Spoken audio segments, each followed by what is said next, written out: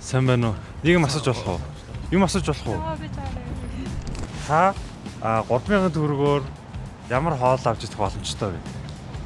3000 гаруй. Тийм 3000. CU-гийн слим авч хүрдэг лөө. 3000 төгрөгөөрөө. Тий. Тэр нь 3000 төгрөг хоол авч идэх юм хэцүү шттэ. Түтснээс гоё маа юм л. Ширхгийн хоол хуушур бууд. 1000 төгрөгөөр ч одоо хоол авч хөрөхгүй шттэ агаас. Дөгний биш. Тийм. 2500 болсон байл. Ааха. Тэгэхээр 500 үлдсэн 500-ыг чихэл авах хэрэгтэй. Ширхгийн хоол авч шттэ. Боломжтой юу? Авахгүй шттэ. Ямар ч хоол авахгүй. Тий. Тэгтээ сүүл нөгөө нэг жавхлангийн реклам яваадсэн шүү дээ. Ааха. Тэгэхээр тэн дээр нөгөө нэг том савлгаатай талын Монгол том савлгаатай болсон гэдэг. 6-аас 8 хүний тийм порцтой.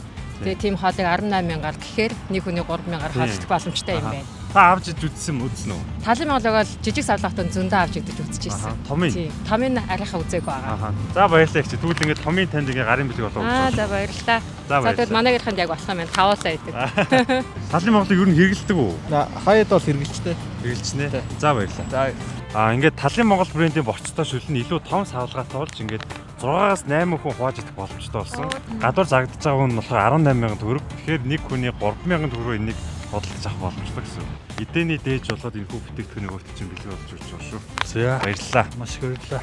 Баярлалаа. За Баярлалаа. чиг баярлаа. За. Баярлалаа. баярлалаа. За баярлалаа.